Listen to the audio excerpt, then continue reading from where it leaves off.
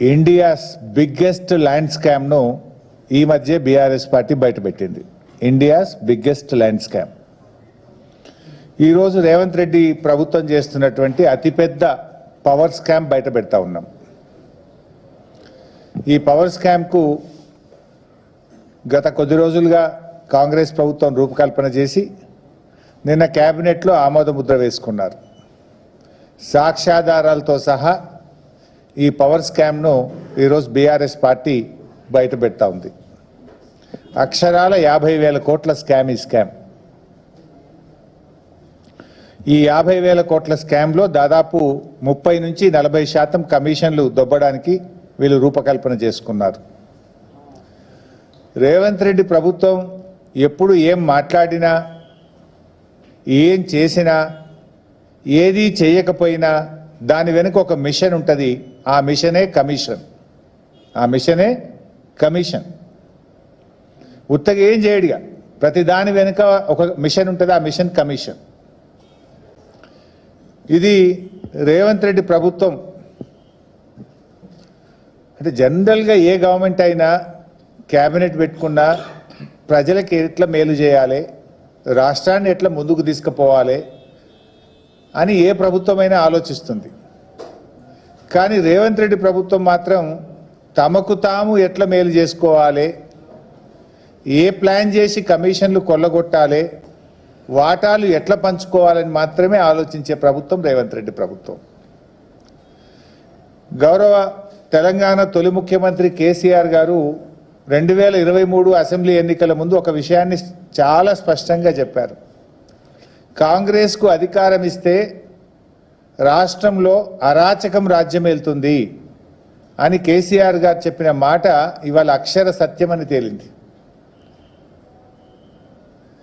జనరల్గా ఇప్పుడు మనం చూస్తుంటాం కాంగ్రెస్ గవర్నమెంట్లో బయట ఈ మధ్య వాటాల కోసం మంత్రులు దండుకునే విషయాన్ని కూడా చూస్తున్నాం. స్వయంగా కేబినెట్ మంత్రుల కుటుంబ సభ్యులే రోడ్ల మీదకి వచ్చి వాటాల విషయాల్లో వచ్చిన తేడాలు వాళ్ళే చెప్తున్నారు, మేం చెప్పడం కాదు. ఇలా బీఆర్ఎస్ పాలన 10 ఏళ్లలో కేసీఆర్ గారి నాయకత్వంలో అభివృద్ధికి, సంక్షేమానికి కేర్ ఆఫ్ అడ్రస్గా తెలంగాణను రూపుదిద్దాం. దేశం మనం చూసి నేర్చుకునే విధంగా తెలంగాణను తయారు చేసుకున్నాం. మన మిషన్ కాకతీయ కావచ్చు, మన మిషన్ భగీరథ కావచ్చు, మన 1962 కావచ్చు, గురుకుల పాఠశాలలు కావచ్చు, ఎన్నో కార్యక్రమాలు దేశానికి ఆదర్శంగా తెలంగాణ నిలిపినాం. కానీ ఇవాళ కాంగ్రెస్ పాలన ఎట్లయిపోయింది? బడా బడా స్కామ్లకు, సకల దరిద్రాలకు, దుర్మార్గాలకు, అరాచకాలకు కేంద్రంగా ఇవాళ తెలంగాణను కాంగ్రెస్ పార్టీ తయారు చేస్తూ ఉంది. రేవంత్ రెడ్డి గారి పాలన అవినీతితో కంపు కొడతా ఉంది. ఈరోజు అసలు కేబినెట్ సమావేశాలు దేనికోసం జరుగుతాయి? ప్రజలకు ఏదైనా మేలు చేసే విషయంలో, విధానపరమైన నిర్ణయాలు తీసుకునే విషయంలో, పేదల కష్టాలు తీర్చే విషయంలో, ఇచ్చిన గ్యారంటీలో ఎన్నికల హామీలు అమలు చేయడం కోసం కేబినెట్ మీటింగులు జరగాలి. కానీ ఈ ప్రభుత్వంలో కేబినెట్ మీటింగులు దేని మీద జరుగుతున్నాయి? వాటాల కోసం, కమిషన్ల కోసం ఇవాళ కేబినెట్ మీటింగులు జరుగుతూ ఉన్నాయి. పంపకాల్లో తేడా రావడంతో బయటకు వచ్చి ఒకరి మీద ఒకరు నిందలు వేసుకుంటా ఉన్నారు. అందుకే నేను గతంలో అన్నా, ఇది ఒక దండుపాలెం బ్యాచ్ లాగా తయారైందని కూడా గతంలో నేను కామెంట్ చేస్తే నా మీద విరుచుకుపడ్డారు. కానీ ఇలా అదే నిజమని తేలుతుంది కదా. మొన్నటి కేబినెట్ మీటింగ్లోనేమో ల్యాండ్ స్కామ్, నిన్నటి కేబినెట్ మీటింగ్లోనేమో పవర్ స్కామ్ జరుగుతున్నది. ఇంతే కదా.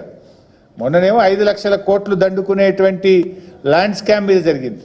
అఫ్కోర్స్ నిన్న కేబినెట్ మీటింగ్ అయినాక కూడా బయటకు వచ్చి ఏం మాట్లాడినరు? లేదా 5 లక్షల కోట్లు దండుకునే స్కామ్ ఇది ఒక ముఖ్యమంత్రి రేవంత్ రెడ్డిదే కాదు, దీని వెనుక కేబినెట్ సబ్ కమిటీ ఉంది, మేము అందరం కలిసే చేస్తున్నామని చెప్పిరా నిన్న.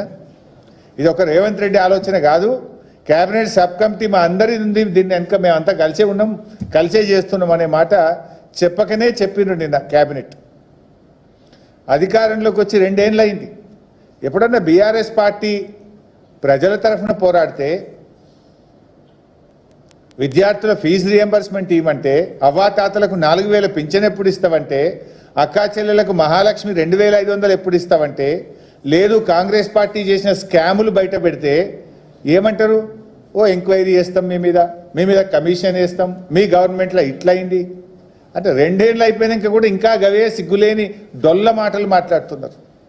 అంటే ఇవన్నీ కూడా డైవర్షన్ పాలిటిక్స్, డర్టీ పాలిటిక్స్. అరే మీ